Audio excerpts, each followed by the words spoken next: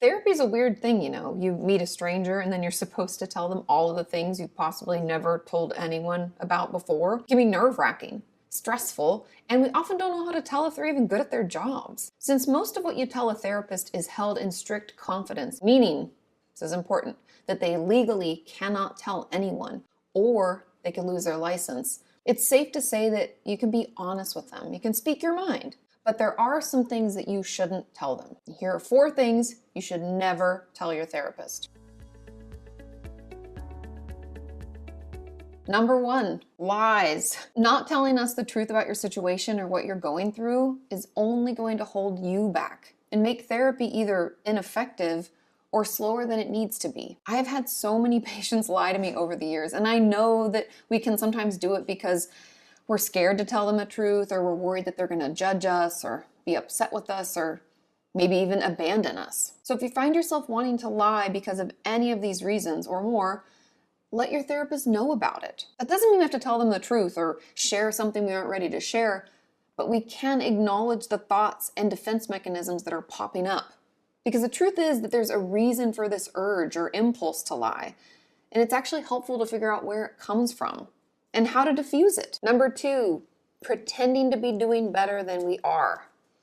I have had so many patients tell me that they are doing great, only to find out weeks or sometimes even months later that they really aren't. And this has happened a lot with my eating disorder patients telling me that they're following their meal plan and not overdoing on the exercise, Katie, don't worry, or managing any of our urges to binge or purge, which leads me to telling them that they need to see their regular doctor before we see each other again. I often won't even make another appointment with them until they do so they can figure out why they're still gaining or losing this weight. And this wastes their time and money. And I've also had this happen with patients who are really worried about upsetting me or are stuck in their own fawn or people-pleasing response. Remember, therapy isn't the place for judgment or blame. We're there to listen, meet you where you're at, and help you move toward your goals. It's okay to slip up. We expect it. We're human. We understand.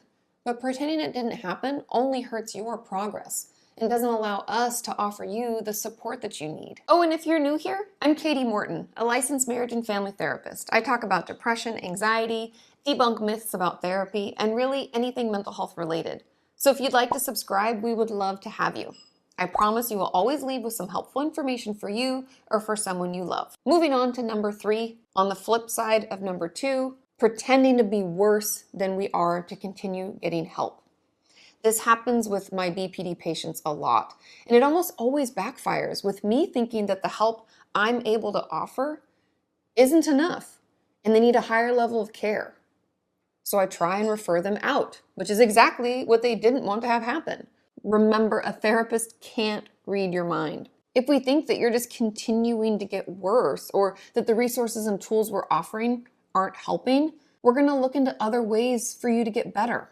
This could mean that we think you need a day program or maybe hospitalization or possibly just a different therapist altogether. And if this has been going on for a while, it's going to be hard for you to convince us that you're actually doing much better.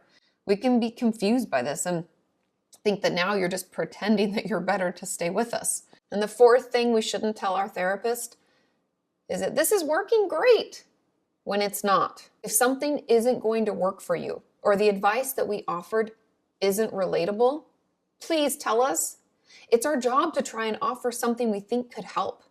And it's your job as the patient to give it a try and let us know if it's helpful or not. Or if you know that you aren't going to be able to do something. Like if what I'm asking you to do or the homework I'm giving you is just too much, because you know yourself, right? And that's not something that you would enjoy, for example, or something you even feel able to do, please let me know.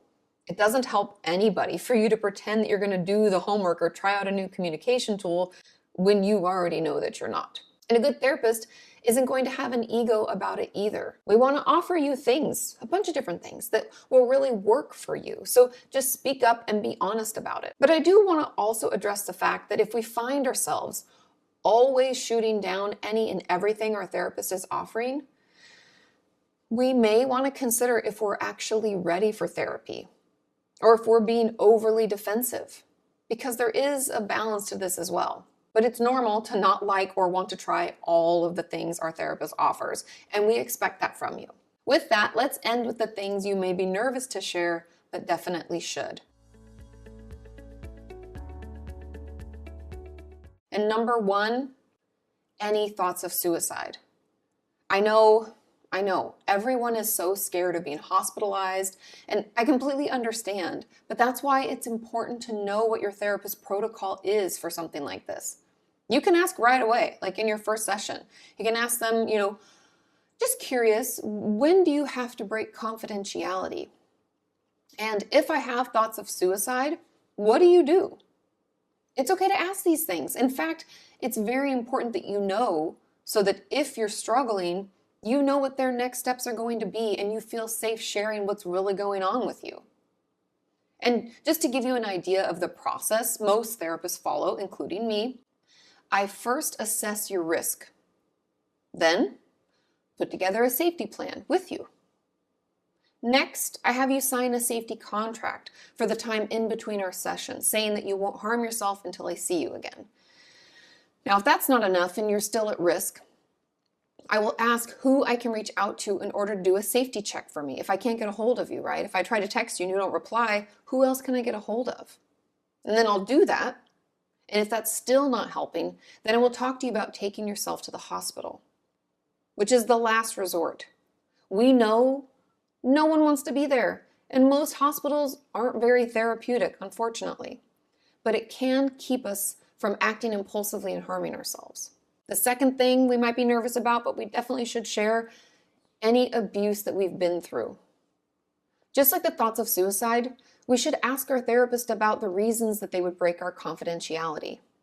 And one of those is going to be if our patient is under 18 and being abused, or if their past abuser is still in a home with minors who could be being abused. Essentially, we are mandated to report any acts of abuse on minors, dependent adults, or elders.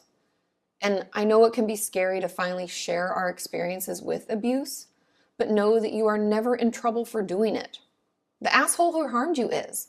And if a report has to be made, they are the ones who are punished. I know it can be scary or stressful, but it's not on you to keep that secret. It's secrets like that that grow and invade parts of our lives. It's like a virus, right? And that's what leads to other mental illnesses and difficulty in future relationships. So if you're seeing a therapist you connect with, please speak up and know that you don't have to keep that secret anymore. I know therapy can be hard. Trust me, I've been in it myself, and it's some of the hardest work I've ever done. But showing up, opening up, and doing the work is totally worth it. You are worth it. Thank you so much for watching. Have a wonderful week.